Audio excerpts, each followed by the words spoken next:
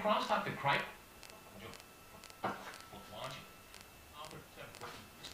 policy and the online monthly anti-empire report. In New York, we have Andy Martin. He is a writer and Republican Party activist. And here in Moscow, we cross to Johan Beckman. He is an adjunct professor in sociology of law at the University of Helsinki. All right, gentlemen, crosstalk rules in effect. That means you can jump in anytime you want, and I very much would appreciate it. William, I'm going to go to you first in Washington. You're the author of the monthly anti-empire report. So has the empire been stopped? I'm afraid not. It hasn't even been slowed down. It's amazing what that they were able to get away with. They can choose anyone they want to overthrow, and it's almost always successful. It's a bit scary, actually. Okay, Andy, if I can go to you in New York. I mean, how do you see things here? Surely, yeah.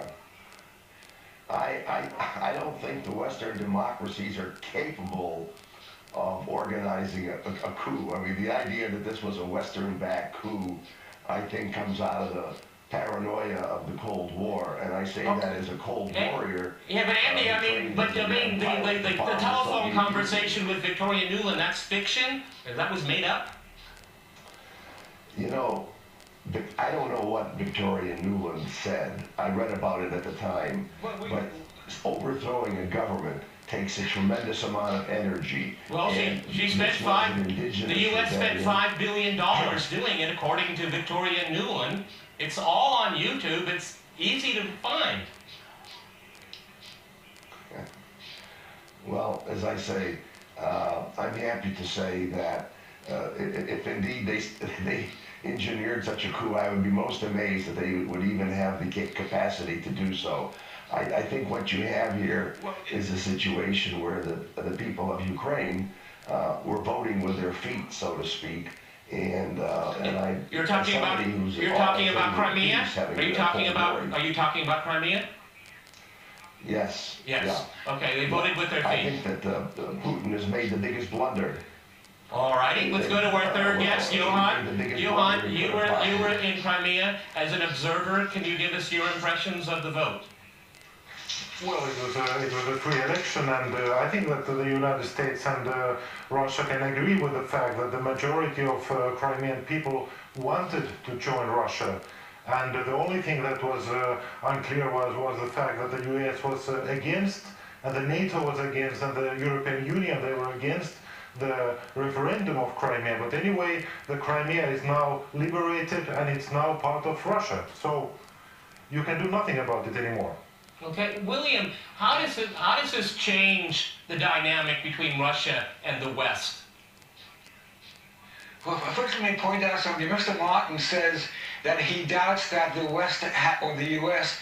has the capability of overthrowing a government. I have compiled a list of dozens and dozens of governments overthrown by the U.S., most of which have been democratically elected. So this is all recorded in history. It's all detailed in my books. So I don't know what he means when he says he doubts whether the U.S. government has the ability to do such a thing. As far as I suppose I should have qualified that by saying I doubt that Barack Obama can do it. I don't know. I mean, obviously things were done in the past, but I don't think Barack Obama's government has the capability of overthrowing anybody or the will to do it. Go ahead, William. Or the will. But Barack Obama has already waged war against 7 different countries. 7 countries in his short time in office. And you doubt whether he has the will or even the thought of doing such a thing? I mean, how much evidence do you need to be convinced that the U.S. government goes around the world overthrowing governments? How much more evidence do you need? Okay, Johan, let me go to you here in Moscow. How would you characterize the government in Kiev right now? Well, I have to say to Andy that it's a public opinion in Europe that it is a work of America, the current illegal junta, the fascist junta that has hijacked the office in Kiev. It's an illegal formation. It's even in Russia. In Russia, the politicians say that it's a criminal organization. It's a criminal organization that is extorting money from European Union, and it's supported by the U.S. It's anyway all the time supported by the U.S. And that's unbelievable. It's unbelievable. I would like to know, Andy, why your country is supporting a fascist junta in a European country? Why did you bring this junta to power? And why are you still supporting it? There's a problem. Can you answer that question? We've been talking. Go ahead, Andy. We've been talking for several minutes. I will answer your question. And we haven't even blamed the CIA. I mean, this to me is a mellowing. Usually the CIA would be blamed in the first round of discussion. Please answer the question. We were talking about the support from the U.S. Go ahead, Andy. Yeah, the CIA is part of the U.S. government. Somebody had. Go ahead, Andy. Go ahead. In New York. Go ahead. Somebody had to engineer this masterful coup, which has been concocted in the imagination of the East. And I suppose people in Russia just can't believe that Ukrainians would rather lean towards Europe than lean towards Moscow. I mean, but that's the reality of it. Well, I think the reality of it is, in looking at, if you want to say the East, is that why doesn't the West honor democratic procedures? There was going to be an election in Ukraine in a year's time. So why do you have to push history? This is what William is getting at. This is a coup that was illegally done. Why? If you're right, if they want to move to the West, then let's have an election. Okay. Now you have a broken, illegal government in Kiev, which the United States and the European Union recognize, and they're not even democratically elected. You want to react to that, Andy?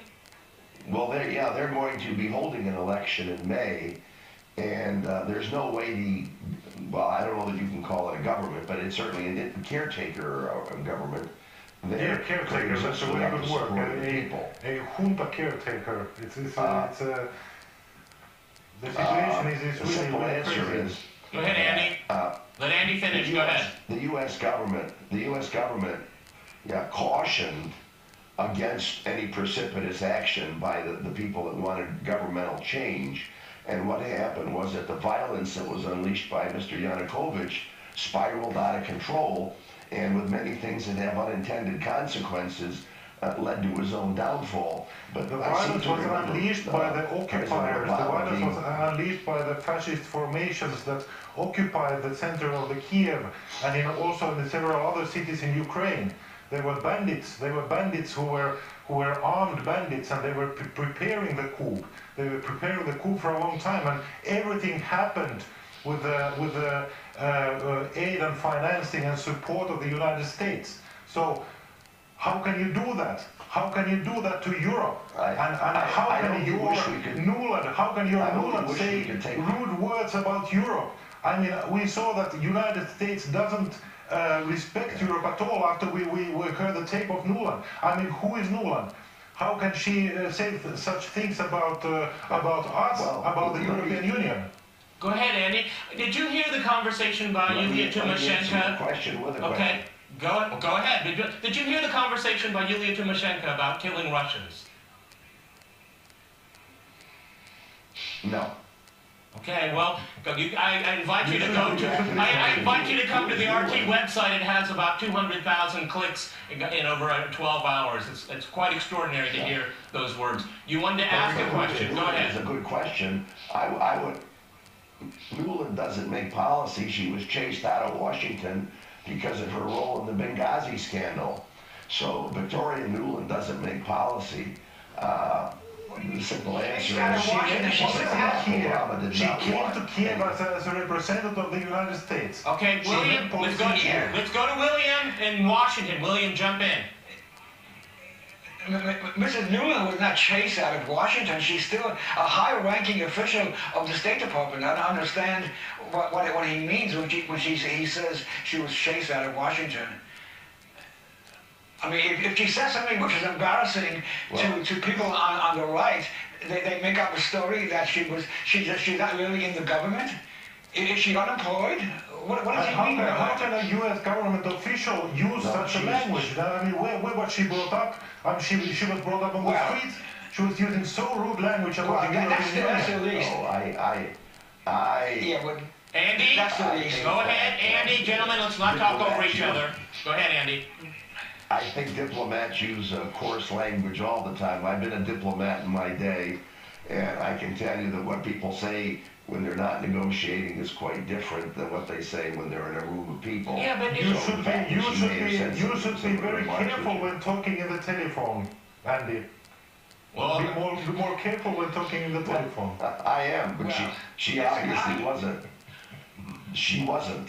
I have to say a word in go ahead, William, before we go to the break. William, jump in before we go to the break. How choice of words is totally unimportant. It's the actions of the U.S. government. I'm not against the empire because it uses dirty language. All right, gentlemen, I'm going to jump in here. We're going to go to a short break, and after that short break, we'll continue our discussion on Ukraine. Stay with us.